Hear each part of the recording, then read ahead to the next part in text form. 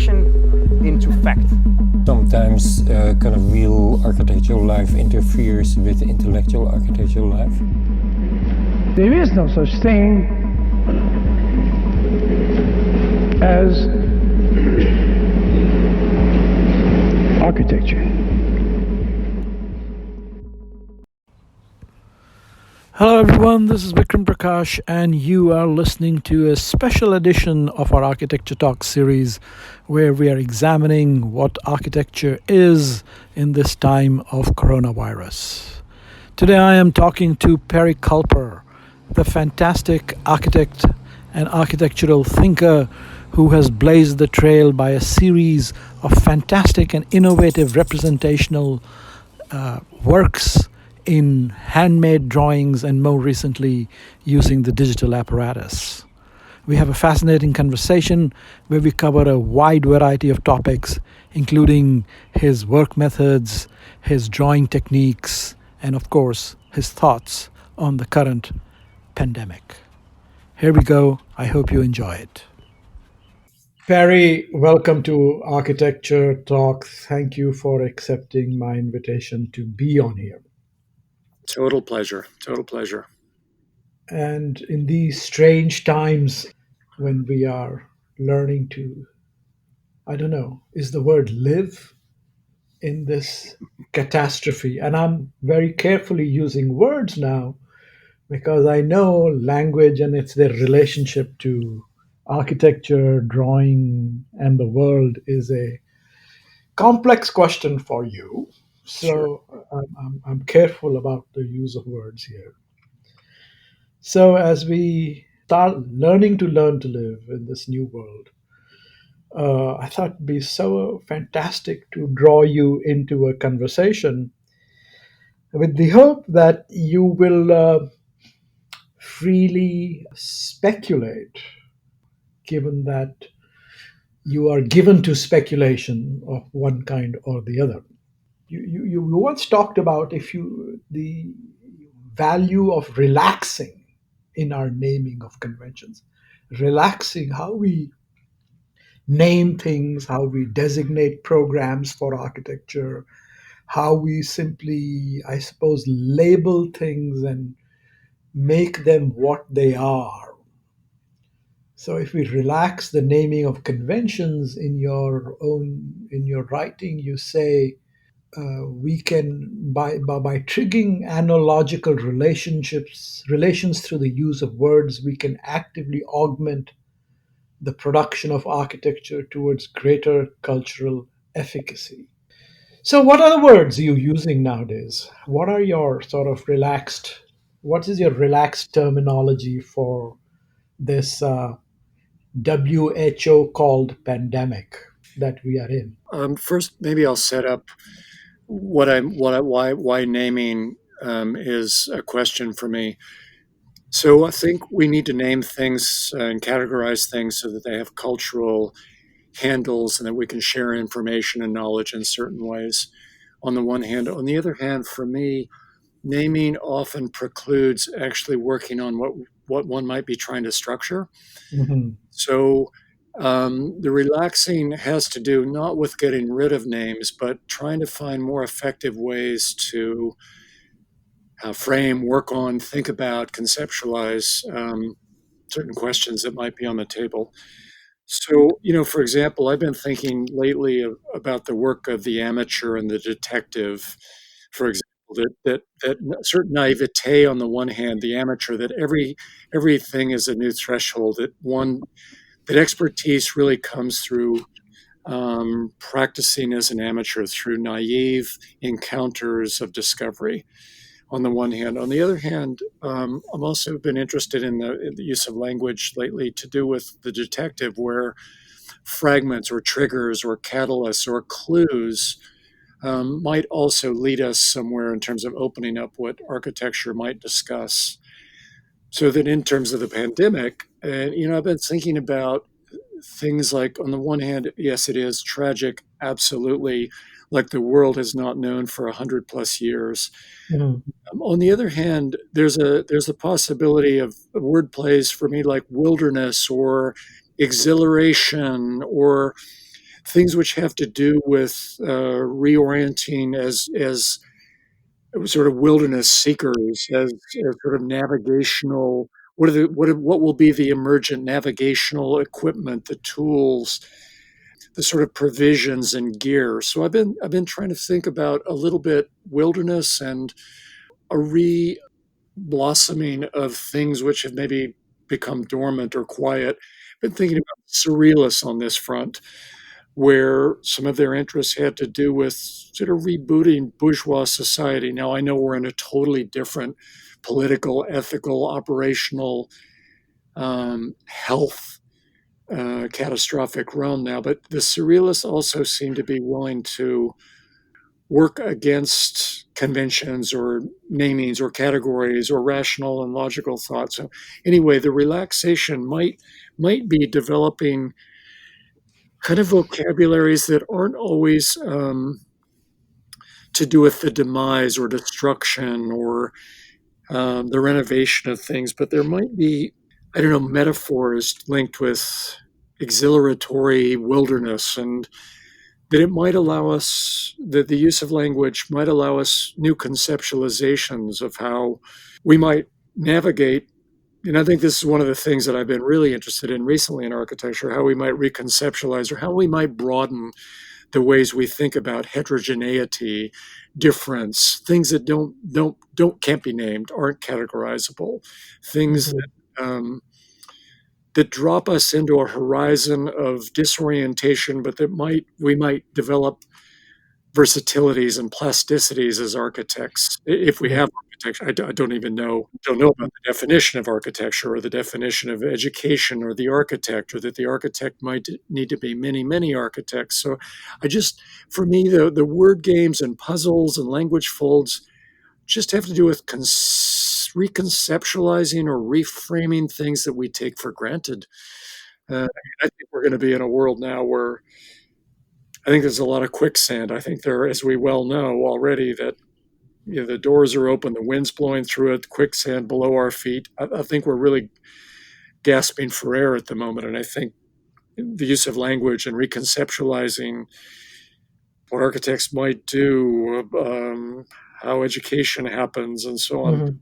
I just think a wherewithal, a kind of wilderness, a kind of amateur, a kind of honky tonk fiddling with, making do, sort of working out how to manufacture a living, as you say, in a kind of a wilderness, which might be both bewildering, but might be one of discovery and exhilaration. And once we get over all of the the tragic, the lives lost, and the billions and billions and billions of jobs and opportunities and lifestyles and so on. I think there may be some an emergent blossoming, a kind of burgeoning of things. Might come out of it somehow. I mean, I'm very struck. I was going to ask you that what are the sort of words that you are flailing against in proposing this honky tonk wilderness exhilaration plethora of possibilities. Quicksand and shortness of breath are sort of very descriptive terms, and they provoke me to think. Well, quicksand's underneath your feet and shortness of breath is in the air. I mean, one of the questions that this provokes for me, the current scenario, given that you have brought up wilderness, is the status of the city, particularly the dense city. Sure. And how would you sort of what kind of a relaxed metaphor of wilderness would you throw on the city? Well, I think while I've not been to places like India, for example, Mumbai, or I've been to Johannesburg, for example, and I think there are kinds of agilities, notwithstanding all of the problems that are happening in those places, but I think there's a certain agility in those kinds of cities that we don't really enjoy in this country. Really, we're much tighter, I think, in terms of how we navigate, negotiate reflexively. We operate much more agilely in those other cities, for example, in Johannesburg. Right. And I wonder if the cities of urbanism, for example, in this country, we might develop new relational dynamics where it's not so much, well, not capitalistically driven always, but it might be much more agile and plastic, much more Eastern in its influences, a bit more like Taekwondo rather than boxing, let's say. Um, What's the difference between those two for you? I think there are sort of Eastern things, martial arts, where you're using or borrowed scenery gardens, for example, in Japan, where you're using the energy of things to advantage and augment what you have in mind, not as an oppositional or a binary or a competitive thing. And I think there are forms of plasticity and agileness and suppleness that I think occur. I think they're fundamentally located in Eastern cultures, where in Western culture, I think we still comparison and oppositional things and winning and losing rather than negotiating and reflexively producing metaphorical blossoming potential that there we I think in the West often and in cities and urban practices, I think we're models of control and suppression and dominant recessive traits and so on. I think we need to look at new forms of hybrids and composites and negotiations of new forms in the West and in this country in particular. Mm. I wouldn't say, again, I've not been to places like Mumbai or Delhi or other thriving places that they're really adept at dealing with difference. They really can deal with homogeneity, and I think we're often modeled on sort of, or the heterogeneity. I'm sorry, we're often on sort of protocols that really we can't deal with difference. The non sequitur, the kind of emergent. I think it's part of our educational model in the West. I think it's the way cities are structured, Jeffersonian grids, all kinds of things. It seems to me that the social distancing, 6 feet, and the stay at home orders is a non flexible way to approach the issue. Would you agree with that? Yeah, I was thinking about this the other day. I was thinking about making a new diagram, Vikram, where I often think of things like Vitruvian Man, Hmm. Da Vinci, and I think of the modular by Korb in Mhm. ideal proportioning systems. I wondered, as a result of the pandemic, what would the new Vitruvian character be? So I like this in terms of the 6 foot question. I would like thinking about, could we begin to produce in the lineage of caryatids and Vitruvian Man and the modular work and ergonomics, could we begin to produce an alternative diagram which is not simply human centric and is not male dominant and so on? So your question is a nice one. I thought about this about 2 weeks ago. What would this 6 foot isolation, territorial boundary identity, what would that look like? I haven't done that, but it's a beautiful question, and I like thinking about maybe the multiple diagrams, the multiple bodies that would belong to that 6 foot question that you're raising. So I don't have an answer, but I like it as a prompt or a catalyst. One of my experiences, it makes me think of traveling trains in India for days on end. There were these really long journeys. Sure. Was that, there was always a reserved space for a person, but Yes. then there was all the other possible spaces that could accommodate so many other people. So Sure. Sure. the word used to be adjust, or not accommodate, really adjust for some reason. And I'm wondering if that 6 foot distance, or the circumference, or the circle, or the modular divisions are both and somehow, that they are both 6 feet and not 6 feet at the same time. Absolutely.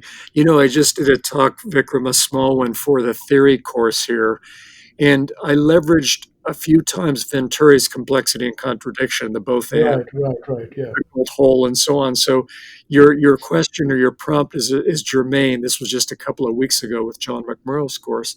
And I also been thinking about my good friend Neil Spiller's framing of reflexivity, where it's not a call and response, but there's a much more, again, plastic, agile navigational range within this 6 foot circle, this new module of life. And if there might be multiple 6 feet in there, if we might begin to use language play and tropes to begin to open up what we might mean by capitalizing on this 6 foot world, because I don't think we're out of this the next month or two. I don't think it's going to be anything like that. So I wonder if there would be a new zoning language that could emerge out of this sort of flexible 6 feet. again, you're foreseeing. I was thinking about Hugh Ferris when he began to visualize setbacks and things in New York through the renderings, and it began to,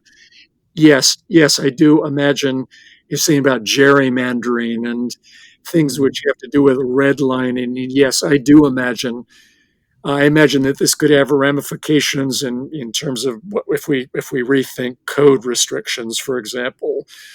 I've been each year or so I renew my. I'm licensed in California, so Uh-huh. from earthquake things and disability thinking, for example, to refresh myself in terms of how we begin to accommodate those with factors that make it challenging according to the naming conventions or the codings and so forth. So yeah, I do think we might have new codes. We might have new programmatic languages that come out of this. We might have new um, diagrammatic operations in terms of how we teach architecture. Yeah, I love your prompts. They're real icebergs.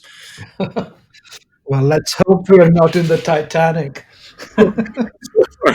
Right. Not that one. Yeah, yeah, I'm not sure. I mean, my sense talking to people in firms and so on, is most everybody is kind of what's that word? When you are positioned, when you are pulled out in a catapult, they're sort of set sure, up to be right back where they were. I mean, sure, the driving energy seems to be cannot wait to return to things were. So I don't know how much of the world will actually change, even in academia. Now that we are, sure, a month into it or whatever, I'm hearing nerves being frayed, and people are getting cabin fever, and people are itching to get back. sure. But I wonder, what are the ways in which what you think? What are the ways in which you talk about cracks, and you talk about sort of misalignments and small Sure. where do you think the slippages will start occurring through which changes might actually start happening? Well, I think, for example, labor practices might be a place in which this finds its grounding immediately, where we're rethinking things like unionization or insurance policies and the ways in which materials get allocated and resource management. So I think there are a lot of things just in terms of the operational space of, let's say, architecture and the construction of cities and urban practices. I guess I also think I've been recently, in the last handful of years, we have quite a few international students here at the school. And I've been thinking more and more that all of my teaching emanates, I mentioned this earlier, from a kind of Western Mhm. perspective, all of the canonical things and so on. So I also think that just in terms of how we begin to think more broadly about ethics and ethnics and cultural histories, I think that's a place, the teaching mechanisms, the styles of, the way we frame things, I think that's another place that I can imagine fissures and cracks and openings and really reformulating things that quite honestly, Vikram, I've just taken for granted because of my education, my practices, where I've lived generally.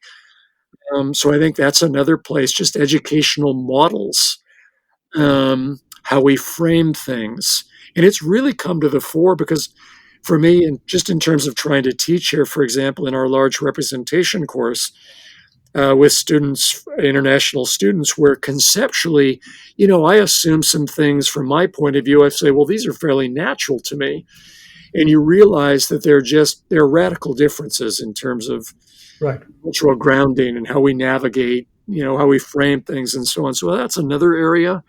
I think the speeds by which we think about allocating things, Mhm. urban, I've been saying a little tiny bit about our, fast urbanization processes in China and the degrees to which we're literally Neanderthals in this country at a certain level. So I think speeds and temporal considerations relative to labor practices and those things I think are really really base areas that I think are going to I think those are going to change. But I totally agree with you. I think we're still the deep paradigmatic and archetypal structures that belong to all of us, we're naturally going to reorient to those things, defecation and hygiene and forms of socialization, whether that's animal.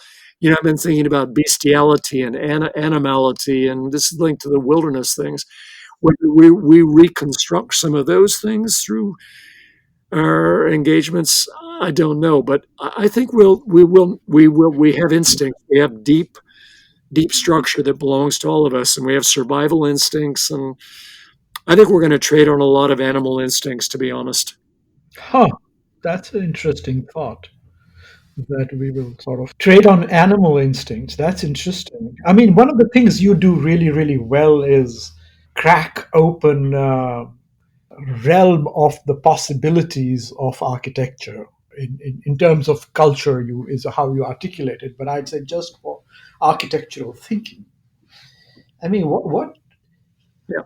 just for the record, what is architecture? How do you define? What is your understanding of what architecture is in this kind of worldview?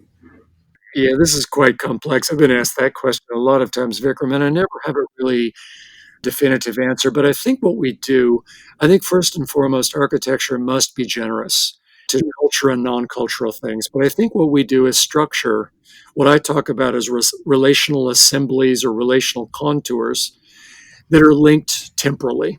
And the representational and spatial conceptual things that come out of that have to do with affordances to living our lives in the fullest capacities Mm, possible.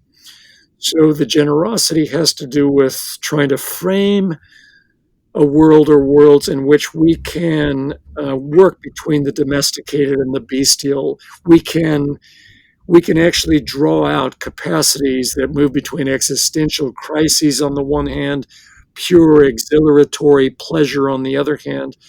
I think what we do is we structure and restructure relational contours or assemblies through representational and material practices that are structured over and through time and talk through the history mm, of ideas. I don't mean time. Temporality is a very, very complex sure. medium, as you know better than I do.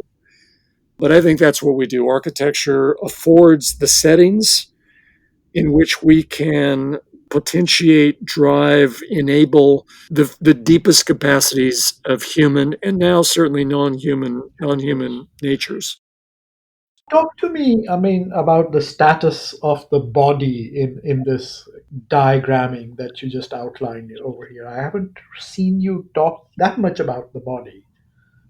No, no, I haven't. I think the body is multiple bodies, and people, Alphonse Lingus is, liminal bodies and data bodies and sick and unnurturable bodies, genetic bodies. I think it's a very, very, very complex medium when we talk about the body these days. Mm, It's distributed. I try to think about it again relationally. I try to think about my body as everything that I've encountered, structured, or not in my life, from my parents, their histories and lineages, the genetic makeup, the chromosomal structure, where I've been, how the body, the data, the information of the body, my physicalities, my imagination, my deep and active memories, all just my body. I'm just talking about the socially constructed, my body. So I think it's a very, very, very complex medium. I don't think it's Vitruvian Man. I don't think it's the modular. I think it's Yeah, yeah, yeah, it's a networked. It's Bruno Latour meets chaos theory, and I sure. think it's a very, very, very complex thing when we talk about the body these days. So, in principle, I completely agree with you on that sort of geography, if you like, of the body. Yeah, But I have been starting to think that given the sickness of the body that we are dealing with today, yeah, I've been I feel like I'm back in the 1890s or 1910s, and the sort of the imperatives of modernism and its sort of focus on the question of the relationship between architecture and health in a very prescriptive almost manner. sure. What do you think about that? Well, I think questions of, from the developments of things like insane asylums to hygiene and whiteness and abstraction to the systematic treatment of the body in relationship to the deeper consequences of the body. I haven't thought about this carefully, Vikram, but I will certainly after our conversation. Right. But absolutely, I would actually go back to, I would probably go back to the Baroque period and, developments in medicine, and Mm, where things begin to be instrumentalized and we begin to think of the body as autonomous and separated from its world conditions, and yeah, the developments in modernization.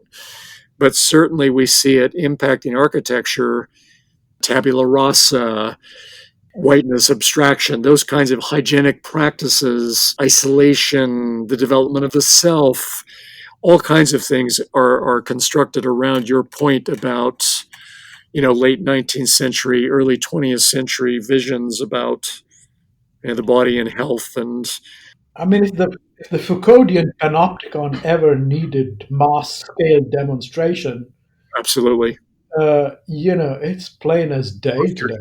Right, absolutely the poster child for what we're discussing right now. Yeah. right, right. I guess this is why the wilderness a little bit and the bestial interests me. That this is a very, very, very tragic and serious condition. But I do think that we might begin to value things, phobias, and things which have to do with illness and sickness. We might return to fuller bodies, to fuller, more generous relationships, to the Mm, ways in which architecture might reach out and begin to produce environments in which we, I don't know, celebrate, where we just recognize the much, much, much greater dimension of our human worlds, sickness, illness, all kinds of phobias, losses, things that we marginalize, that we want to clean up, we want to sterilize, we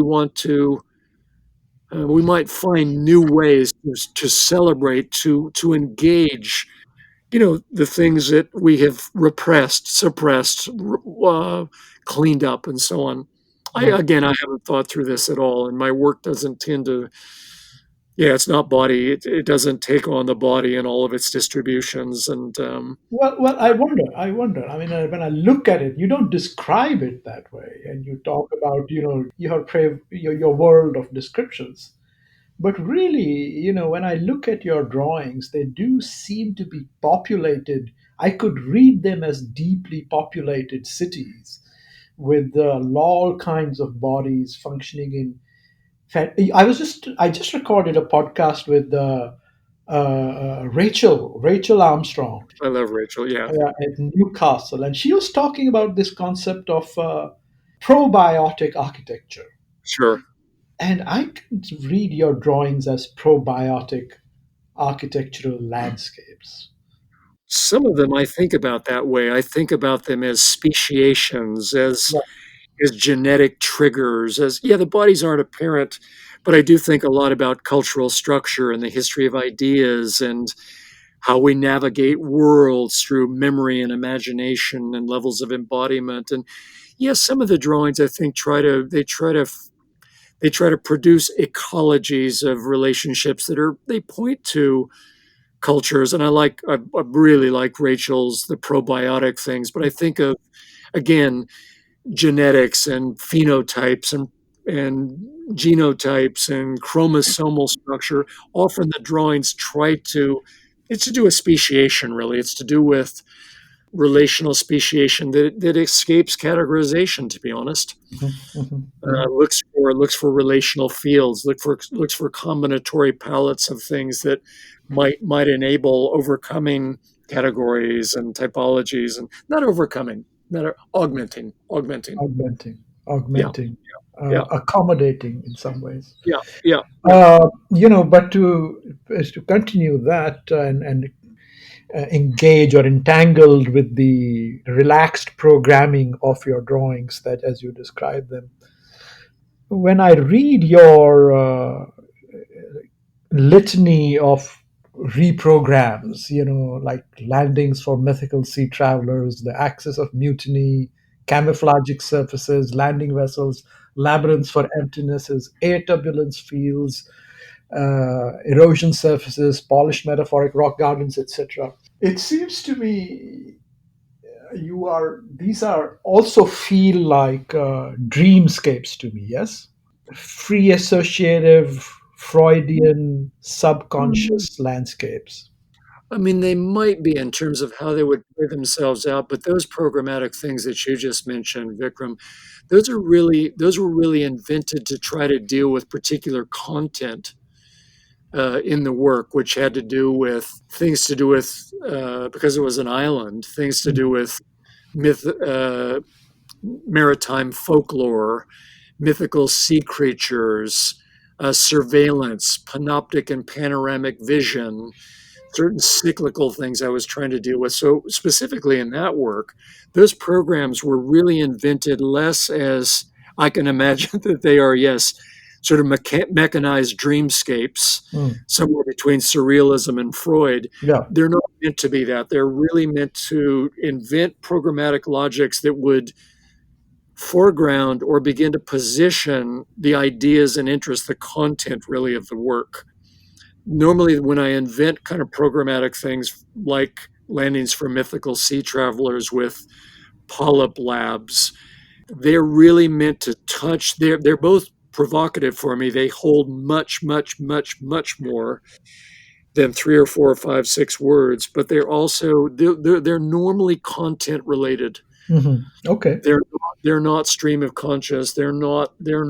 I wish sometimes they were, but no, they're tight actually. They're meant to be. They're calibrated. They're tactical. They're yeah. Okay. Okay. I mean, if we want to stay with the sort of a programming demi-causality to it, give us an example work process for making one of these drawings. I mean, do you work all night, or do you are working with 6 people and you're talking? What is the process by which you make these? So it really depends on what I'm working on, Vikram. But normally, what I will do, no, I don't. When I work on the kinds of drawings that I think you're referring to, because I don't think I'm particularly smart character, but because of the triangulation of the kind of calculus of what's going on when I work, I can't work for long periods of time because for me, I've got a small intellect and it's intellectually and emotionally exhausting for me Mm. when I work. I think what you're referring to, because what I'm trying to do is they're literally cosmologies.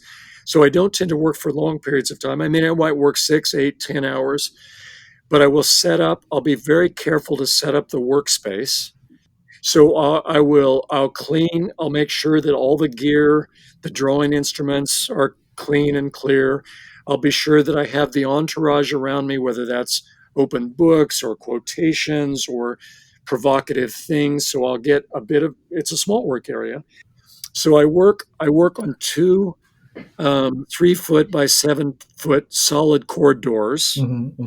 One has my IMAX set up on it, and one has a 48-inch parallel rule set up on it, Okay. and they're about 3 feet apart. They're literally back to back. Uh, So I've got a parallel rule set up on the drawing table, and I've got all kinds of gear, templates and Copenhagen ship's curves and compasses and measuring things and so on. So what I tend to do when I start a new piece of work, like the one I think you're referring to, is I get all that set up, and then I'll set. Normally, I'll set a piece of mylar down, for example, mhm, and then I'll put a set of coordinating marks in the drawing, the mhm. way I want to tape it, the coordinating marks for the drawing. It's a bit of a discipline that I learned from cycling, to be honest, when I was racing. Really? Yep. To set up, to just be, to stretch properly, to eat things properly, to breathe, to just set the workspace up. Yeah. Then to work out the equivalent of lubing the chain and getting the tires properly pumped. That's all to do with just setting up then the drawing, how I tape things down, if there's cut paper around, just to get all that. But in parallel, get all that set up. And in parallel, there are yellow pads. There are hundreds of yellow pads in which research is happening, small diagrams, things I want to pay attention to. So there's a corroborative, there's sort of an alter ego going on in the yellow pads often. Hmm. I like people a lot, but I work monastically. I'm Hmm. a bit like St. Jerome in his study. Hmm. And it's a world for me. It's literally world construction. When I work properly, there is no really external world. I'm paying attention to family and blah blah blah blah. But when I work, they are they're invented worlds. They're worlds in which I'm constructing the parameters. I'm a little bit the puppeteer. I'm sort of setting the stage. I'm embedded in the world. I don't like distractions when I work. I listen to things sometimes depending on what I'm working on, but it tends to be music of different kinds. I don't listen to things which require reflection and sort of heavy processing of stuff. I will sometimes gesture. I'll talk to myself in the sense of pithy word phrases. I might say, what if this danced across the site like the Texas two step? I might say that aloud, and I might make a series of gestures with my hands, and then I might confirm those by a series of notes or a set of notations in the drawing. I don't tend to talk aloud to myself. I've got a lot going on in my head when I work. Referencing this film that I saw 2 years ago, I think that program might be structured like that, but I might also be responding to patterned paper that I'm trying to work with for another reason. So it's quite a lot. It's a bit of an alchemic. It's a bit of a cauldron. Hmm. To Hmm. be honest, when I work, it's pretty systematic, but it's not rule driven. Right. Right. It's disciplined. It's not a free for all at all. I wish I had more room. Hmm. It's not a free for all at all. Yeah, you talk about alchemic urbanism and you talk about Yeah, Houdini and sleight of hand as this sort of right. Yeah, architectural work. yeah. So I will often trade on analogously on things like magicians and amateurs and detectives. So again, the analogic thinking allows me often to get outside of my own authoring predilections. So I need to work a bit like an alchemist here. I need to let things, I need to spill ink on the drawing. I need to, close my eyes and move some things around. So I'll often author from different positions analogously, pen pals, third person, like David Foster Wallace. So likenesses are often they're helpful just to get out of my own way because I know that I'm working on things where other forms of authoring are probably going to be more agile, more accurate, more relevant. I get So I talk sometimes about other people sitting in the room with me. sure, sure, I mean, they're there, even though they're sort of extrusions from my readings of them. yep. I often ask students just on this front, or ask myself, you're working on your thesis, who would you hire to come and work with you. And we work from, the character sitting next door to them Mm. to Da Vinci to a set of ghosts, which are in an Edgar Allan Poe, and we try to populate, we try to build the realm again in terms of atmosphere and authoring friends who would help do this work. And sometimes it helps me and students to, again, just exceed their own or my own limitations. So yeah, like you, and I often think about Raphael's painting of the School of Athens, Uh-huh. in terms of who would populate such a realm, his friends, dead and alive, important and not important. So I like your question's a super nice one, Mm. from authoring positions to trade things that we trade on relationally. It's an embedded, yeah, it's a question that's another iceberg that you're laying out. How long to make a drawing? It depends. So in the last 15 years, I really haven't worked properly, and I say that openly when I talk or write about stuff. The longest drawing, the David's Island drawing, probably technically is in the realm of 100 to 125 hours. Hmm.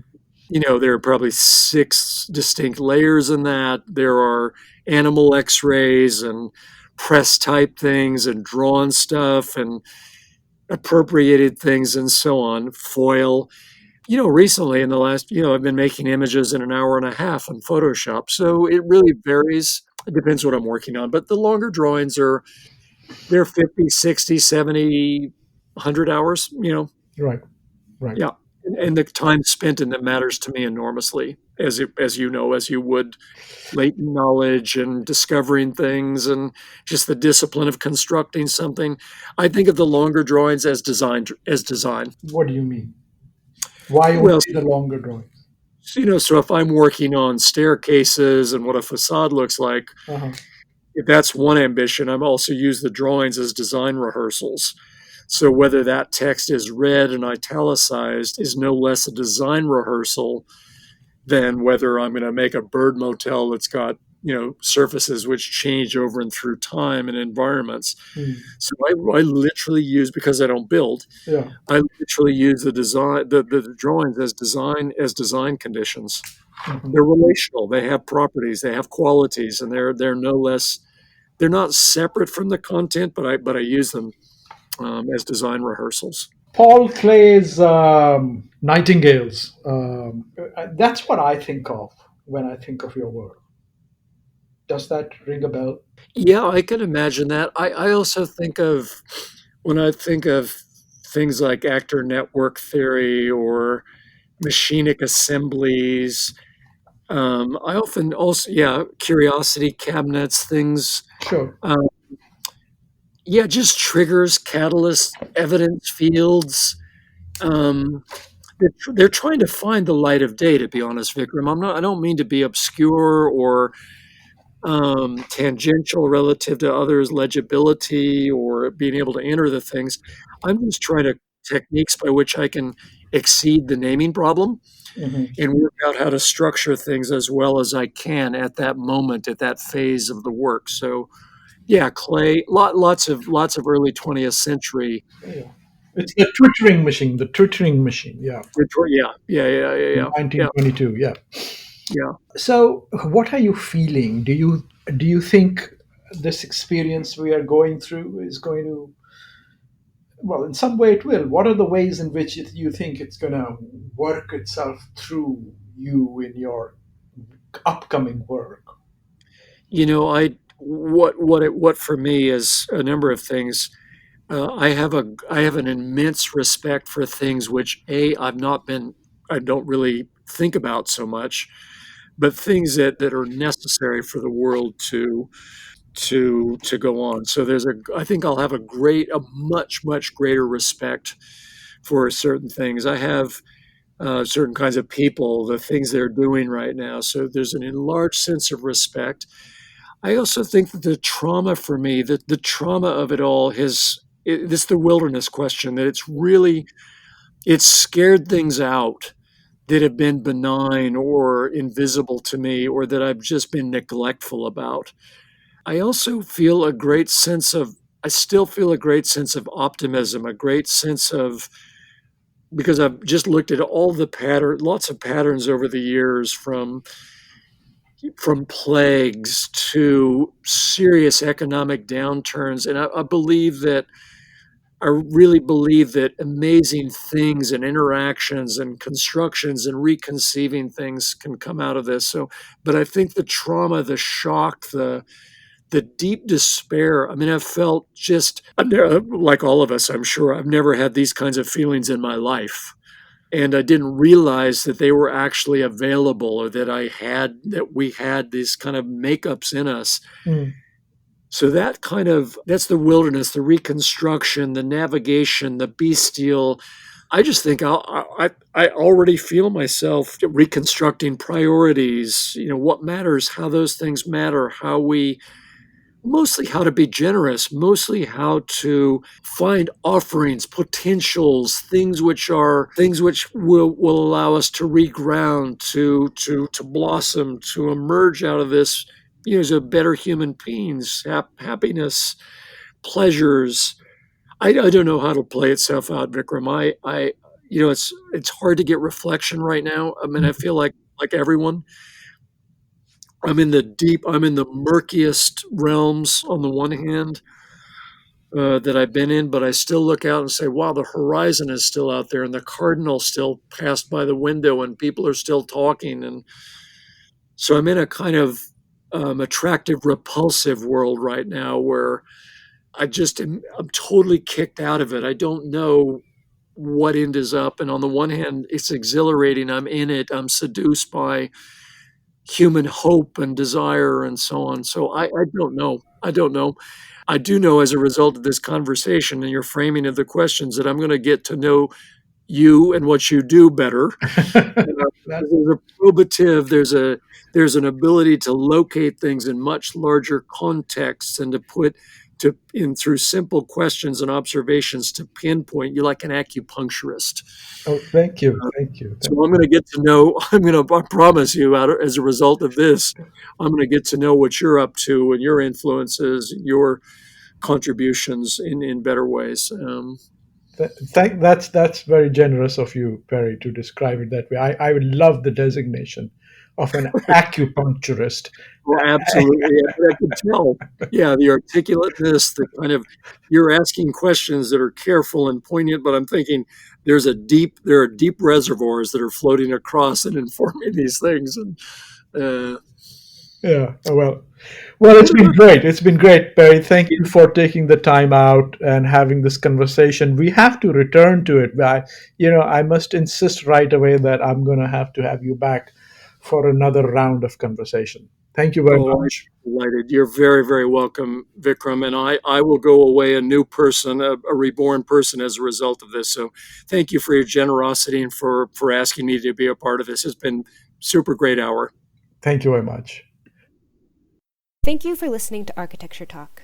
This is your producer, Amelia Jarvinen. We hope you enjoyed the conversation, and if you did, please subscribe and rate us on iTunes or Spotify. We would also love to hear from you if you have any suggestions on new topics or guests. You can always reach out to us on our website, Facebook, or Instagram. Thank you again, and until next time, this is Architecture Talk.